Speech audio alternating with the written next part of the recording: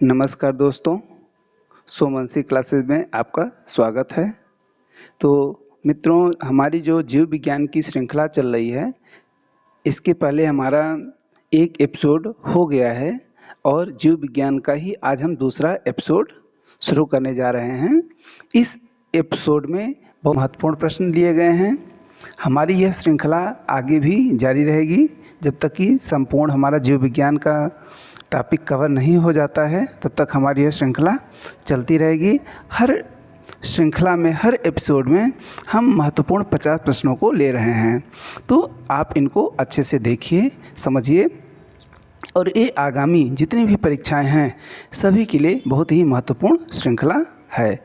इसमें से निश्चित रूप से आपको क्वेश्चन देखने के लिए मिलेंगे। तो अगर हमारी यह श्रृंखला आपको पसंद आ रही है तो आप लोग इसको लाइक और शेयर ज़रूर कर दें। तो चलिए हम लोग बिना देरी किए हुए शुरू करते हैं जीव विज्ञान की एपिसोड 2। तो इसमें हमारा जो पहला प्रश्न है कि आरएनए हमारे कितने प्रकार के होते हैं। तो आरएनए हमारे कितने प्रकार के हैं? आरएनए हमारे 3 प्रकार के हैं। आरएनए हमारे 3 प्रकार के होते हैं, ठीक है। आरएनए ए राइबोसोम पर लगे रहते हैं। जो आरएनए होता है यह हमारा कहाँ लगा होता है? राइबोसोम पर लगे रहते हैं और प्रोटीन संश्लेषण में सहायता करते हैं। प्रोटीन संश्लेषण में सहायता करते हैं। जो टीआरएनए होता है, ठीक है, टीआरएनए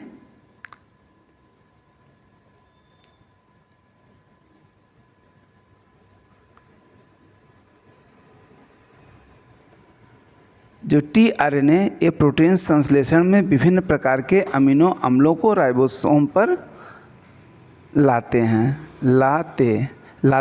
जहाँ प्रोटीन बनता है। तो टीआरएनए का काम क्या है कि ये जो विभिन्न प्रकार के अमीनो अम्ल होते हैं उनको राइबोसोम पर ले आते हैं जहाँ पर प्रोटीन बनता है। तो यह टीआरएनए का काम है। प्रोटीन बनाने की अंतिम क्रिया, यहाँ पे याद रखिए, प्रोटीन बनाने की जो अंतिम क्रिया होती है उसको क्या कहते हैं? ट्रांसलेशन कहते हैं। यह हमारा बहुत ही महत्वपूर्ण प्रश्न है। अगला है एमआरएनए। यह केंद्रक के बाहर विभिन्न आदेश लेकर के अमीनो अम्ल को चुनने में मदद करता है। तो जो मैसेंजर आरएनए होता है यह विभिन्न आदेश को लेकर के अमीनो अम्लों के चयन में मदद करता है। अगला क्वेश्चन है आरएनए में बेस थायमिन के स्थान पर, आरएनए में बेस थायमिन के स्थान पर यूरेसिल होता है। तो आरएनए और डीएनए में जो बेस होते हैं यही अंतर होता है। दोनों में बेस सेम होते हैं, केवल एक अंतर होता है कि जो डीएनए होता है वहाँ पे थायमिन होता है और आरएनए में इसी थायमिन के स्थान पर यूरेसिल नामक बेस हो जाता है। कोशिका विभाजन को सर्वप्रथम 1855 में विर्चाउ ने देखा था। यानी कोशिका विभाजन के बारे में सर्वप्रथम किसने बताया? विर्चाउ ने। कब? 1855 में कि कोशिकाओं में विभाजन होता है। कोशिका विभाजन मुख्यतः 3 प्रकार का होता है। कौन कौन सा? पहला है असूत्री कोशिका विभाजन, दूसरा समसूत्री कोशिका विभाजन और तीसरा अर्धसूत्री कोशिका विभाजन। अगला क्वेश्चन है असूत्री विभाजन। जो हमारा असूत्री विभाजन होता है, असूत्री विभाजन अविकसित कोशिकाओं जैसे जीवाणु, नीलहरित शैवाल, ईस्ट, अमीबा तथा प्रोटोजोआ में होता है। तो असूत्री विभाजन हमारा कहाँ कहाँ होता है? जीवाणु में होता है, नीलहरित शैवाल में होता है, ईस्ट में होता है, अमीबा और प्रोटोजोआ में होता है। वाल्थर फ्लेमिंग ने 1879 में सर्वप्रथम समसूत्री विभाजन को देखा था। यानी समसूत्री विभाजन के बारे में सबसे पहले किसने बताया था? वाल्थर फ्लेमिंग ने। कब? 1879 ईस्वी में। ये आप याद रखिए। अगला है कि इन्होंने ही, किसने? वाल्थर फ्लेमिंग ने ही 1882 में जो समसूत्री विभाजन होता है इसको माइटोसिस नाम दिया था। क्या नाम दिया था? माइटोसिस नाम दिया था।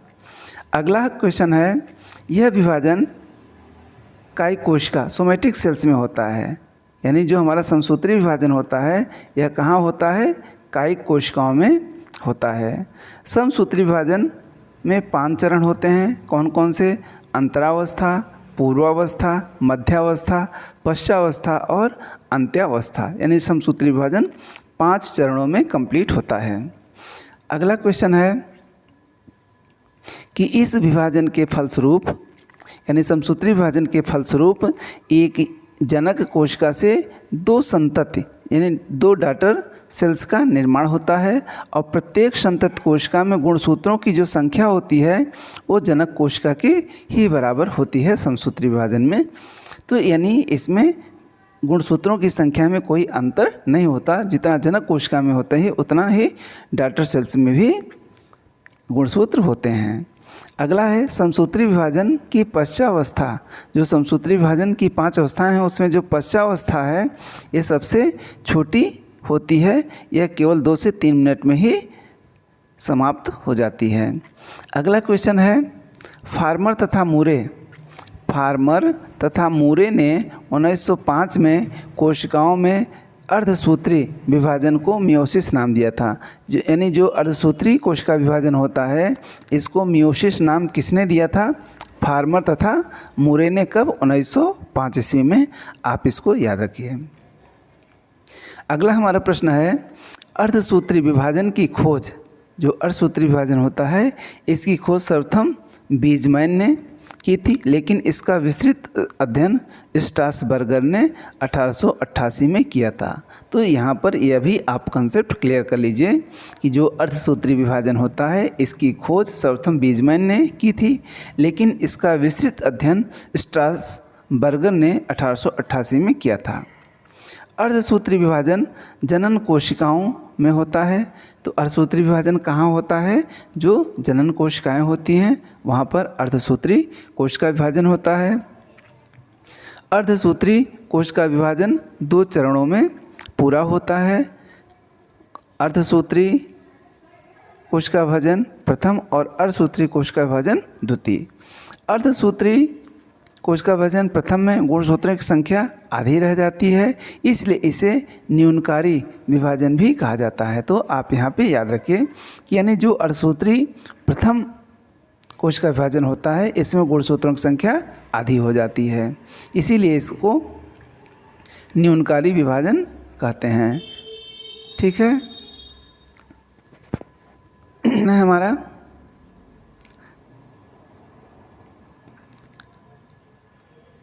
कि अर्धसूत्री प्रथम विभाजन में 4 अवस्थाएं होती हैं। जो हमारा अर्धसूत्री प्रथम विभाजन है इसमें 4 अवस्थाएं होती हैं। कौन कौन सी? प्रोफेज प्रथम, मेटाफेज प्रथम, एनाफेज प्रथम और टेलोफेज प्रथम। ये 4 अर्धसूत्री विभाजन में 4 अवस्थाएं होती हैं। प्रोफेज प्रथम सबसे लंबी अवस्था होती है जो 5 उप अवस्थाओं में पूरी होती है। एक कौन कौन सी 5 उप अवस्थाएं हैं? लेप्टोटीन, जाइगोटीन, पैकिटीन, डिप्लोटीन और डाइकिनेसिस। ये 5 प्रोफेज प्रथम की अवस्थाएं हैं। अगला क्वेश्चन है लेप्टोटीन में। जो लेप्टोटीन अवस्था है, लेप्टोटीन में गुणसूत्रों की संख्या दुगुणित यानी डिप्लॉयड हो जाती है, डबल हो जाती है। अगला क्वेश्चन है जीन विनिमय पैकिटीन अवस्था में होता है। तो यह बहुत ही महत्वपूर्ण प्रश्न है। पूछा जा सकता है कि जो जीन विनिमय है वह किस अवस्था में होता है? तो पैकिटीन अवस्था में जीन विनिमय होता है। इस क्रिया में रिकॉम्बिनेज एंजाइम भाग लेते हैं। तो यह भी पूछा जा सकता है कि इसमें जो जीन विनिमय होता है इसमें कौन सा एंजाइम भाग लेता है? Recombinase enzyme. क्रॉसिंग ओवर हमेशा नॉनस्टर क्रोमैटिड के बीच होता है। तो याद रखिए जो क्रॉसिंग ओवर होता है वह किस क्रोमैटिन के बीच होता है? नॉनस्टर क्रोमैटिड के बीच होता है। अगला क्वेश्चन है काइएज्माटा की औसत संख्या। काइएज्माटा की औसत संख्या को क्या कहते हैं? बारंबारता कहते हैं। अर्धसूत्री विभाजन में एक जनक कोशिका से 4 डॉटर सेल्स का निर्माण होता है। तो अर्धसूत्री विभाजन में एक जनक कोशिका से कितने डॉटर सेल का निर्माण होता है? 4 डॉटर सेल का निर्माण होता है। अगला क्वेश्चन ऐसे अंग जो विभिन्न कार्यों के लिए उपयोजित हो जाने के कारण काफ़ी समान दिखाई देते हैं, परंतु मूल रचना एवं भ्रूणी परिवर्धन, मूल रचना एवं भ्रूणी परिवर्धन में समान होते हैं, समजात अंग कहलाते हैं। तो समजात अंग पूछा जा सकता है, यानी इनकी मूल रचना एवं भ्रूणी परिवर्धन में समानता होती है। जैसे सील के फ्लीपर, चमगादड़ के पंख, घोड़े की अगली टांग, बिल्ली का पंजा, मनुष्य के हाथ, ये सब समजात अंग के उदाहरण हैं। अगला है हमारा समरूप अंग किसको कहते हैं। समरूप अंग के बारे में जान लेते हैं कि ऐसे अंग जो समान कार्य के लिए उपयोजित हो जाने के कारण समान दिखाई देते हैं, परंतु इनकी जो मूल एवं भ्रूणी परिवर्धन है ये भिन्न होते हैं, समरूप अंग कहलाते हैं। मनुष्य में लगभग 100 अवशेषी अंग हैं। मनुष्य में अवशेषी अंगों की संख्या कितनी है? लगभग 100 अवशेषी अंग हैं। सर्वप्रथम प्रकाश संश्लेषण जीव, सर्वप्रथम प्रकाश संश्लेषी जीव कौन सा है? साइनोबैक्टीरिया थे। तो प्रथम प्रकाश संश्लेषी जीव कौन थे? साइनोबैक्टीरिया। अगला क्वेश्चन है दोस्तों, पक्षियों का विकास सरीसृपों से हुआ है। पक्षियों का विकास किससे हुआ है? सरीसृपों से हुआ है। जल स्थलचर जीव का विकास मत्स्य वर्ग से हुआ है। जल स्थलचर जीवों का विकास किस वर्ग से हुआ है? मत्स्य वर्ग से हुआ है। अगला क्वेश्चन है, स्तनी वर्ग के जंतुओं का विकास भी सरीसृपों से ही हुआ है, यह भी आप याद रखिए। यानी जो मैमल्स हैं, मैमल्स का भी विकास सरीसृपों से ही हुआ है। अगला क्वेश्चन है, लैमार्कवाद, डार्विनवाद एवं उत्परिवर्तनवाद जैव विकास के प्रमुख सिद्धांत हैं। तो यह पूछा जा सकता है कि जैव विकास के प्रमुख सिद्धांत कौन कौन से हैं। तो लैमार्कवाद, डार्विनवाद और उत्परिवर्तनवाद ये जैव विकास के प्रमुख सिद्धांत हैं। लैमार्क का सिद्धांत 1809 में उसकी पुस्तक फिलासफिक जूलॉजिक में प्रकाशित हुआ। तो ये बहुत ही इम्पोर्टेंट पुस्तक है, पूछी जा सकती है कि फिलासफिक जूलॉजिक किसकी पुस्तक है? तो यह लैमार्क की है। और इसका प्रकाशन कब हुआ था? 1809 ईस्वी में। अगला क्वेश्चन है दोस्तों, लैमार्कवाद को अंगों के कम या अधिक, लैमार्कवाद को अंगों के कम या अधिक उपयोग का सिद्धांत भी कहा जाता है। तो आप यह याद रखिए, ठीक है। तो इसमें इन्होंने यह बताया था कि जो अंग हमारे उपयोग में हैं उनमें वृद्धि होगी, और जो अंग हमारे उपयोग में नहीं हैं वो धीरे धीरे अवशेषी अंग में परिवर्तित हो जाएंगे। लैमार्क ने ये चीज़ बताया था।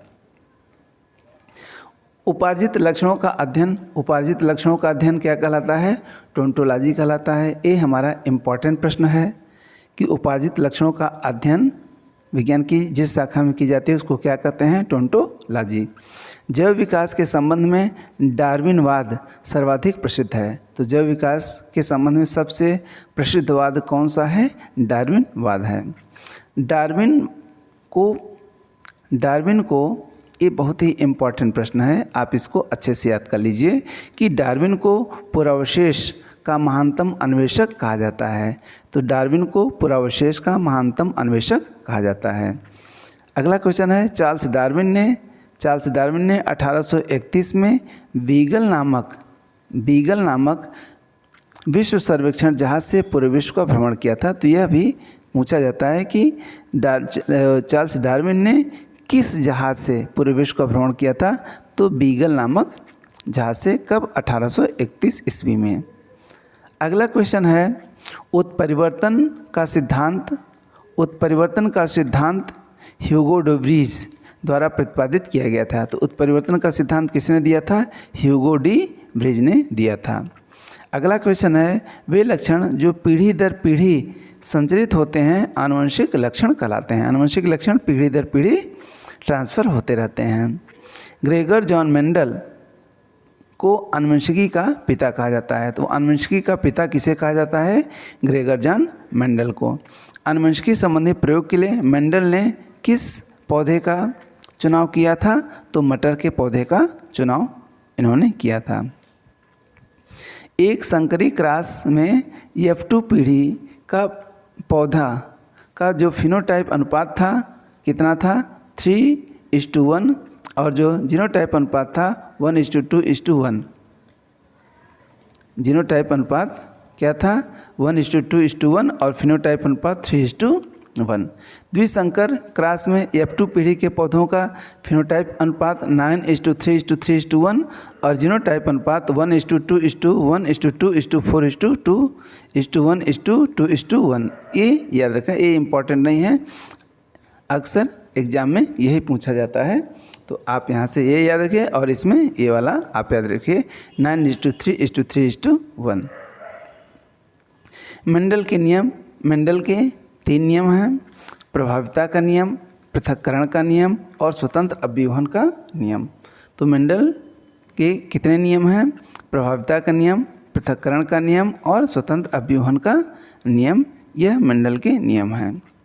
डब्ल्यू वाटसन ने 1905 में सर्वप्रथम जेनेटिक्स नाम का उपयोग किया। तो जेनेटिक्स नाम का उपयोग सर्वप्रथम किसने किया? डब्ल्यू वाटसन ने। कब? 1905 ईस्वी में। अगला क्वेश्चन है, जोहानसन ने 1909 में सर्वप्रथम, जोहानसन ने 1909 में जीन शब्द का प्रयोग किया। तो जीन शब्द का प्रयोग सर्वप्रथम किसने किया? जोहानसन ने। कब? 1909 में। जीवधारी के जो लक्षण प्रत्यक्ष रूप से दिखाई पड़ते हैं उसे फिनोटाइप कहते हैं। फिनोटाइप किसको कहते हैं? जीवधारी का वह लक्षण जो प्रत्यक्ष रूप से दिखाई देता है उसको फिनोटाइप कहते हैं। और जीवधारी के आनुवंशिक संगठन, जीवधारी के आनुवंशिक संगठन को उसका जीनोटाइप कहते हैं जो जीनों का बना होता है। जीनोटाइप कहते हैं जो जीनों का बना होता है।